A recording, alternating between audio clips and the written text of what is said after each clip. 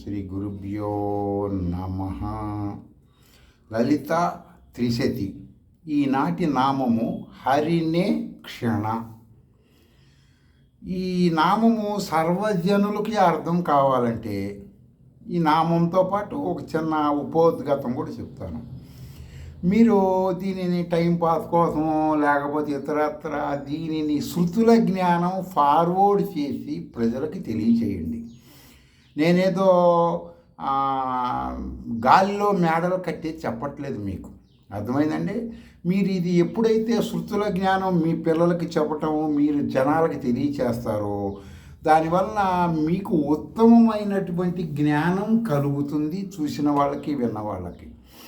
అలా కాకుండా మీరు 24 గంటలు 360 రోజులు 100 సంవత్సరాలు ఫిజికల్గా తిరిగితే జరిగే పరిణామం ఏంటంటే, ఇవాళ ఒక వేరే అరబ్ కంట్రీస్లో పేపర్లో రాశారు ఏమని, వాళ్ళ పిల్లవాడు నీ గుళ్ళు గోపురాలు బాగా తిప్పుతూ వాడు టెక్నాలజీ పెరిగేసరికి దేవుళ్ళు అంటే ఎవరు ఏంటి అంతా తెలుసుకున్న తర్వాత వాళ్ళు రోజు వీడికి ఏదేదో చెబుతూ ఉంటే తర్వాత గేమ్స్ చూడొద్దు, అది ఇది ఇవన్నీ చూడకూడదు అంటే అది సత్యమా ఇది అసత్యమా అని చెప్పి వాళ్ళిద్దరిని శాకు తీసుకొని పొడిచించోడు పడవకుండా తల్లిదండ్రులు ఇద్దరిని చంపేసి ఆ తర్వాత శుభ్రంగా బిర్యానీ ఏదో ఆర్డర్ పెట్టుకొని అన్నీ తిన్న తర్వాత వాడికి అప్పుడు తిన్న ఆహారం రీత్యా చేసిన కర్మ రీత్యా బ్రెయిన్లోకి హార్మోన్స్ రిలీజ్ అయ్యి అమ్మో ఇది తప్పు కదా అని పైనుంచి దూకి చచ్చిపోయాడు అని రాశారు.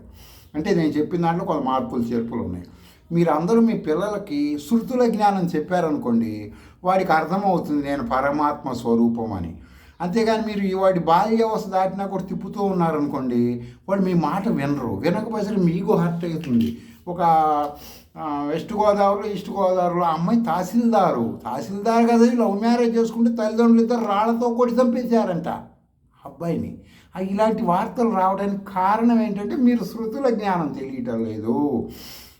ఇప్పుడు ఉపనిషత్తులోకి వెళ్లకుండా మీరు ఈ పురాణాల్లో వాళ్ళు చెప్పినవి వింటున్నారనుకోండి, వాళ్ళు ఇంతంత తిని శుభ్రంగా ఇంతంతలో గొలుసులు వేసుకొని అలవోకుగా మత్తుగా ఉన్నప్పుడు భ్రమలతో, అర్థమైందండి, భ్రమలతో చెబుతుంటారు. ఏమని చెబుతారు భ్రమలతోటి?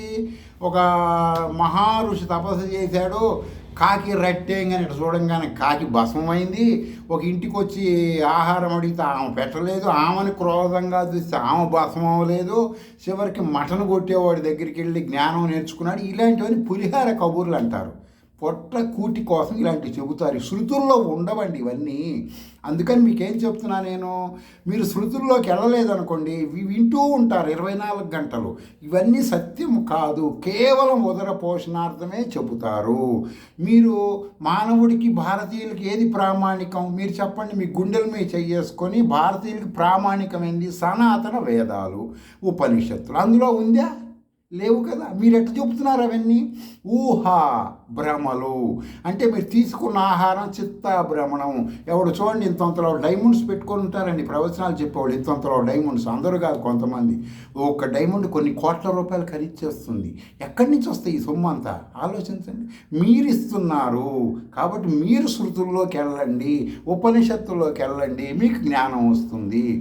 సరే, ఈనాటి హరినేక్షణ అన్నటువంటిది సర్వజనులకు అంటే నేను గతంలో చాలాసార్లు ఏం చెప్తున్నా మీకు, ఆ బాల్యావస్థ దాటిన తర్వాత మీరు ఫిజికల్గా ఏ దేవుడి దగ్గరికి వెళ్ళొద్దు, బాల్యావస్థ వరకు వెళ్ళండి. అప్పుడు మీరు ఉపనిషత్తులు వేదాల్లోకి వెళ్తే జ్ఞానం కలిగి మీకు పరమేశ్వర అనుగ్రహం కలుగుతుంది. ఎట్లా అండి ఏంటంటే హరినేక్షణ, ఇప్పుడు నిజ నేత్ర దర్శనం అని తిరుమల వెంకటేశ్వర స్వామి చెప్తూ ఉంటారు మీరు గురువారం పూట. శృతి ప్రామాణికంగా నేను మీకు ఇది చెప్తున్నాను అన్నమాట.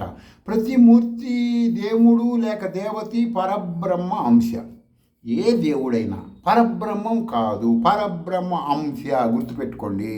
మీ తండ్రికి మీరు ఎలా కొడుకో, మీ తమ్ముడు ఎలాగో, మీ చెల్లెలు ఎలాగో, మీ అక్క ఎలాగో మీ తండ్రికి, అదే సూత్రం ప్రకారం పరబ్రహ్మ యొక్క అంశాలు ఎవరో మీరు, మీతో పాటు ఉన్న దేశమాన భౌతిక ప్రపంచంలో అందరూ దేవుళ్ళు, మీరు ఆ దేవుళ్ళు పరమేశ్వరి పరమాత్మ అంశాలు. అర్థమైందండి? ఇది ఎప్పుడు తెలుస్తుంది? ఉపనిషత్తులోకి వెళ్తే తెలుస్తుంది, మిగిలాచి తెలియదు. ఈ యొక్క ప్రతి ప్రాణి కూడా పరబ్రహ్మ అంశే. అయితే ఆ పరబ్రహ్మము ఆ పరబ్రహ్మము యొక్క అజ్ఞానులకి అవిద్యాపరులకి కూడా జ్ఞానం కలిగించి ఆత్మజ్ఞానం వైపు మళ్ళించే విధముగా ఆ శృతుల జ్ఞానం తెలిసినటువంటి వాళ్ళు తిరుమతులు గత కాలంలో సంగతి, ఇప్పుడు చేస్తున్న అలంకారాలు ప్రాచీన కాలం నుంచి ఉన్నాయి కాబట్టి అప్పట్లో వాళ్ళు ఏం చేసేవాళ్ళు, శృతి ప్రామాణికంగా ఎప్పటికైనా వీళ్ళు ఈ వెంకటేశ్వర స్వామి పరబ్రహ్మము, ఇక్కడ వచ్చినోడు పరబ్రహ్మం అని తెలుసుకుంటాడులే అని చెప్పి ఆ నామాలను వచ్చేసి సర్వభక్తులు అనుగ్రహించే నేత్రాలని శాస్త్రీయ పరంగా వచ్చేసి వాళ్ళు ఏం చేసేవాళ్ళు అంటే బాగా పెద్ద పెద్ద కళ్ళు ఉంటాయి కదండి, తిరునామాలని పెడతారు కదా, కనపడకుండా చిన్న నామాలు పెట్టి నేత్రాలు ఒరిజినల్ కనపడేట్టు చేస్తారు గురువారం పూట. ఇప్పటికీ ఆచారం ఉంది అక్కడ.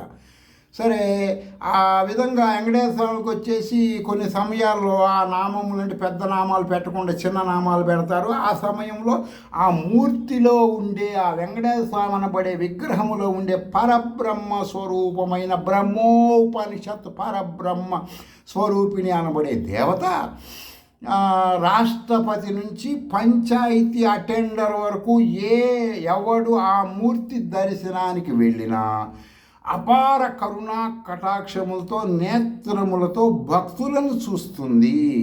ఈ సూత్రం ప్రకారం అర్థమైందండి. రాష్ట్రపతి వెళ్ళనండి, పంచాయతీ అటెండర్ వెళ్ళినా సరే ఆ నేత్రాలతో ఆ మూర్తిలో ఉన్న పరబ్రహ్మ అంశ అనుగ్రహంగా చూస్తుంది.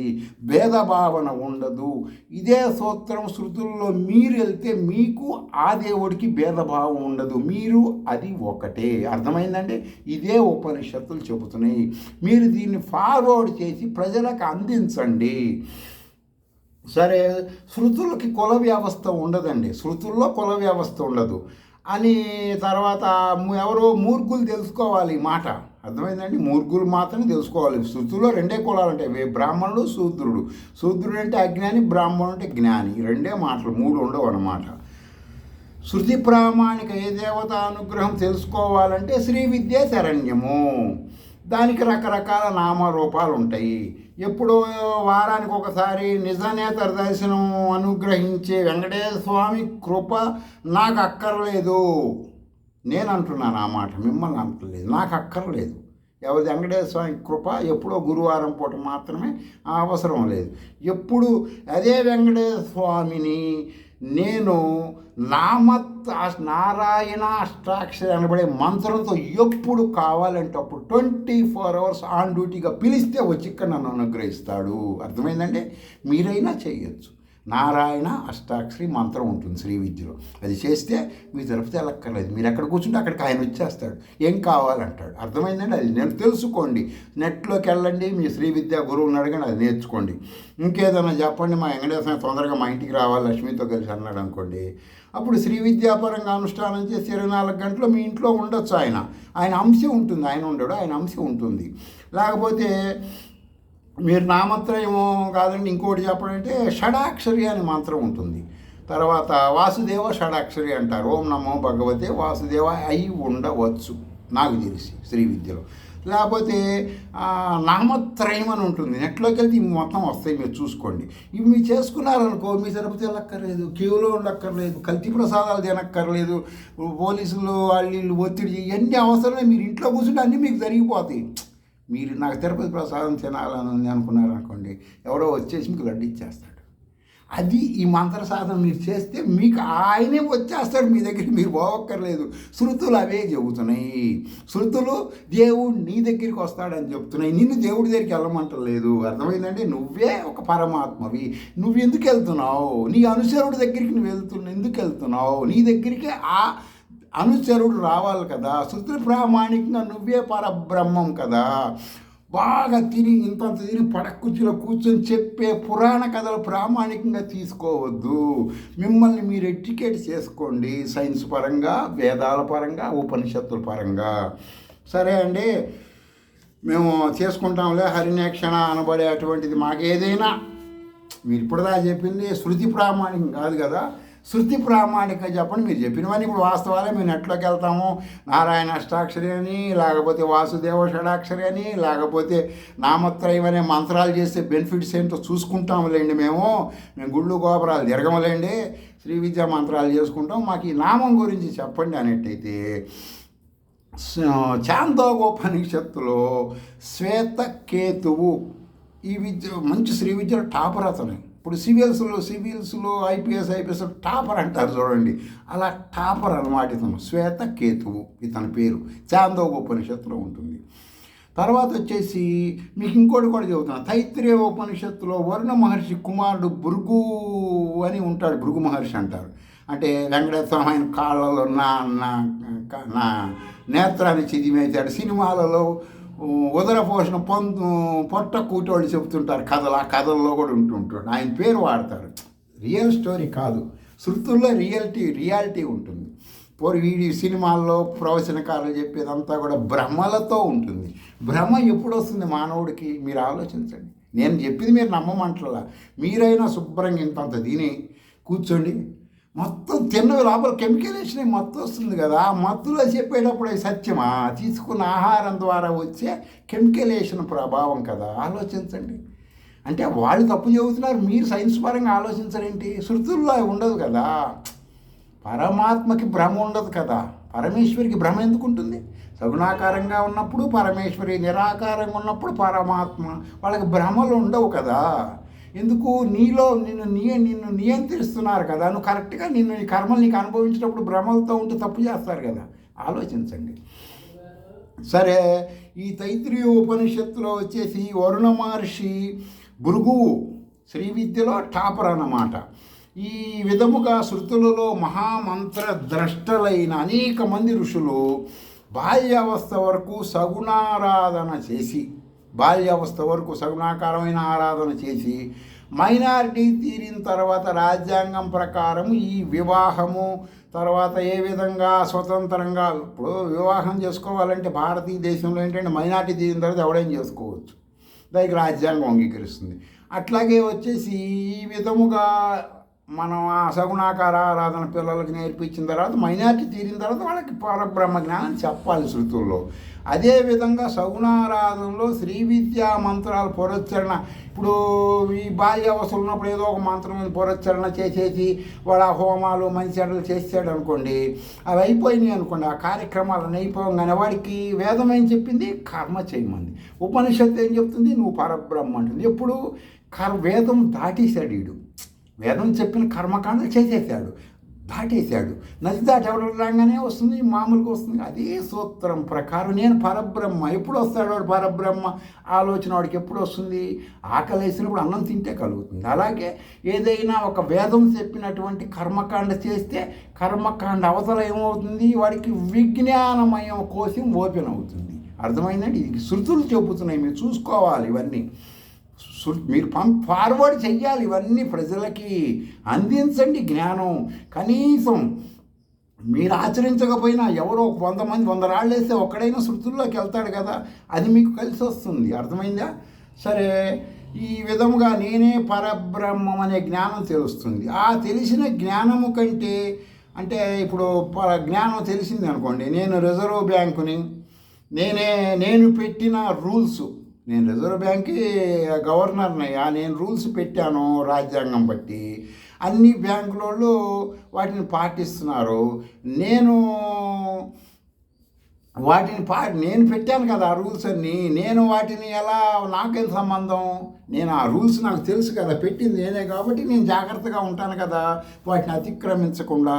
ఆ విధముగానే పరమాత్మ తను నియమించినటువంటి తన చట్టాన్ని తను ఉల్లంఘించలేడు. మీరు కర్మ అనుభవం మీ ఎన్నోసార్లు చెప్తున్నాను, విడిచిన బాణం లాంటిది కర్మ. ఏ మానవుడు, ఏ దేవుడు మీ కర్మ తప్పించలేడు, గుర్తుపెట్టుకోండి. అది నువ్వే తప్పించుకోగలవు, నువ్వే శాసించగలవు, వేరే ఎవ్వరి వల్ల కాదు. ఎవ్వరు చెప్పినా బూటకం, శృతులలో ఉండదు, నమ్మండి. సరే, వాస్తవమే కదా. ఒక రూల్స్ పెట్టిన తర్వాత రూల్స్ ఉల్లంఘించడం కుదరదు కదా. ఆ విధముగా అన్నమాట. సరే, ఇప్పుడు కొంతమంది ఏం చేస్తారంటే, నేను కర్మఫల త్యాగిని, వేదాల్లో ఉన్న వేదాంతం చెప్తుంటారు కొన్ని ప్రవచనాల్లో. ఏమని, కర్మఫల త్యాగం అంటే ఇట్లా ఉంటుంది, అట్లా ఉంటుంది, అహం బ్రహ్మాస్మి అనబడేది జ్ఞానము అని స్వ అనుభవంగా రావాలి. అది ఎవరికైనా స్వ అనుభవంగా రావాలి, మాటలు చెప్పకూడదు.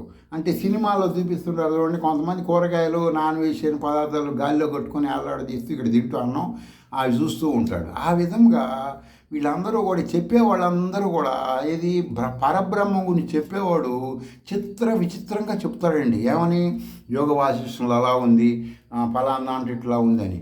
కానీ ప్రజలకి ఫలానా యథార్థంగా ఫలానా ఉపనిషత్తులోకి వెళ్ళండి, ఇది అక్కడ ఉంది, ఇది చూసుకోండి, మీరే అది నేను చెప్పేది సత్యం కాదు, మీరు తెలుసుకుంటేనే సత్యం అని చెప్పడు. చూడండి ఎందుకని, బావిలో నీళ్లు గుంజినట్టు గుంజాలి కదా మీ సొమ్ము, ఆలోచించండి.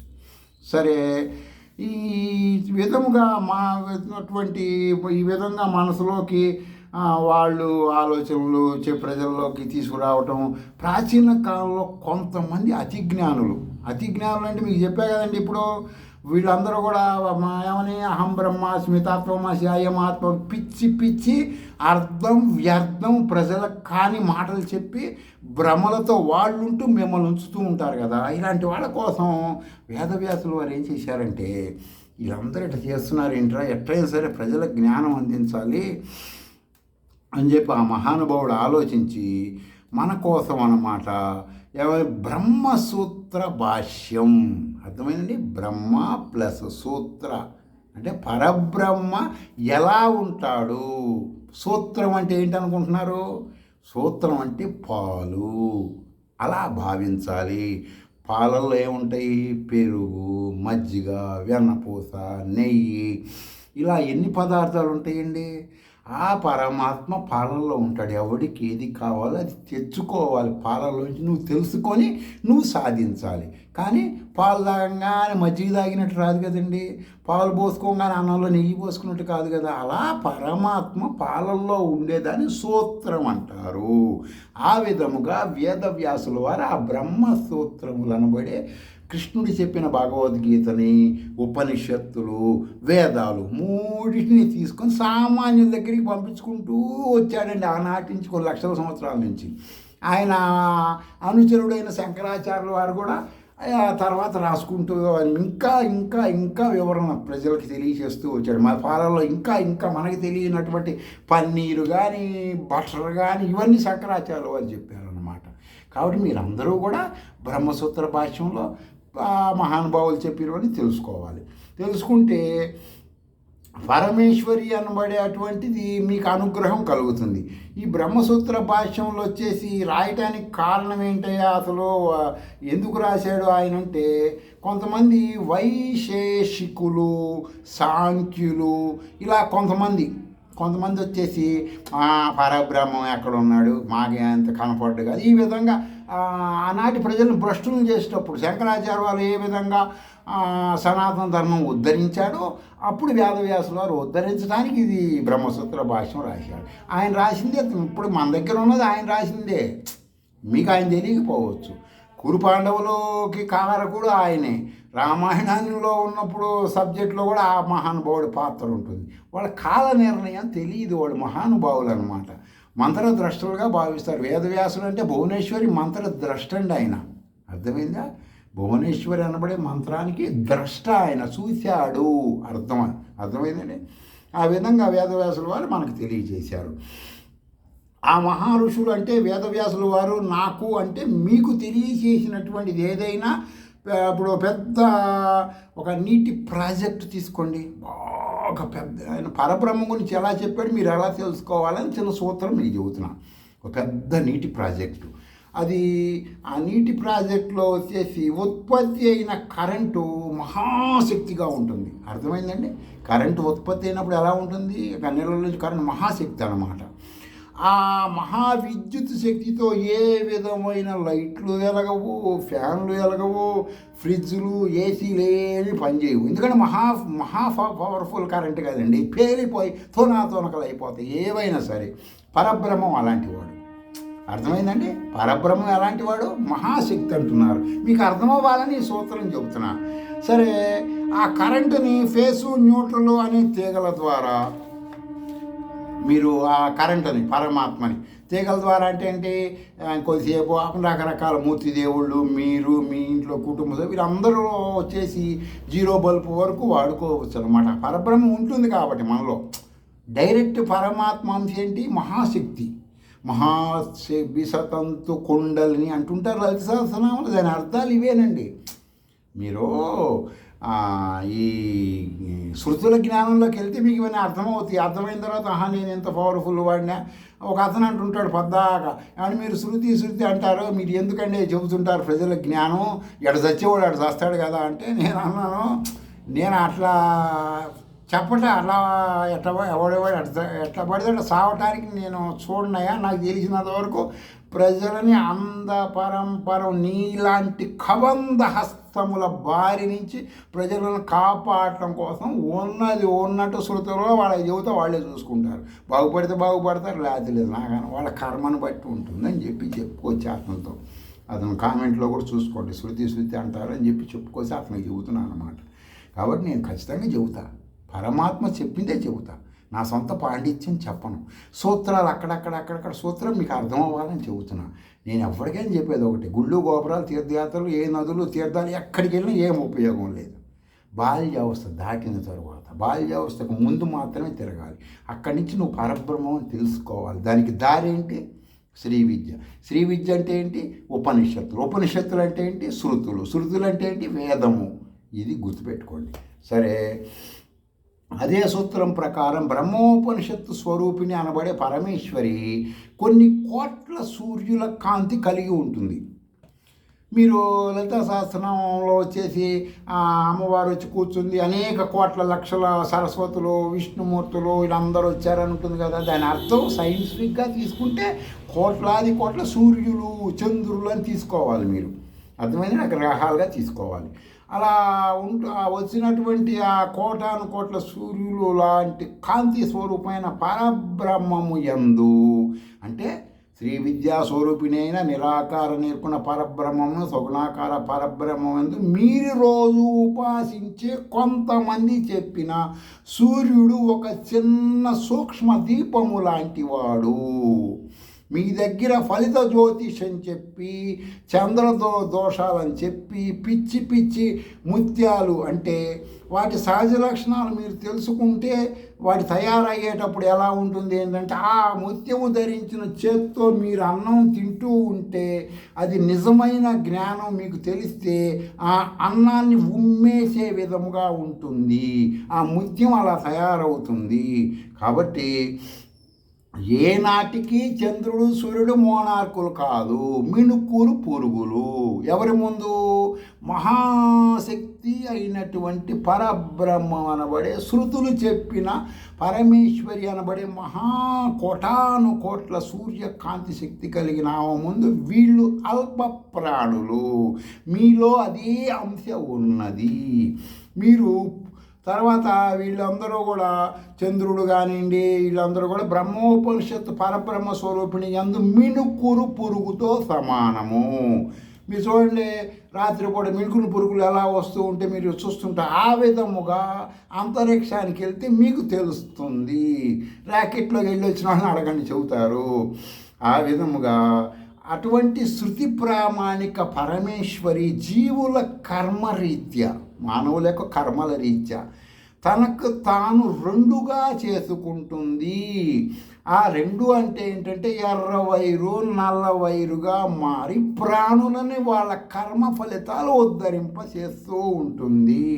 అర్థమైందండి? పరమేశ్వరికి రూపము లేదు. నీ యొక్క కర్మ ఫలితం కోసం ఆ కరెంటు డైరెక్ట్గా అయితే నువ్వు తునాతురకల బాసం ఇప్పుడు ట్రాన్స్ఫర్ పైన హెచ్డీలో కరెంటు పట్టుకుంటే ఏమవుతాడండి, మా సినిమాలో చూపిట్లా మాడి మసైపోడు.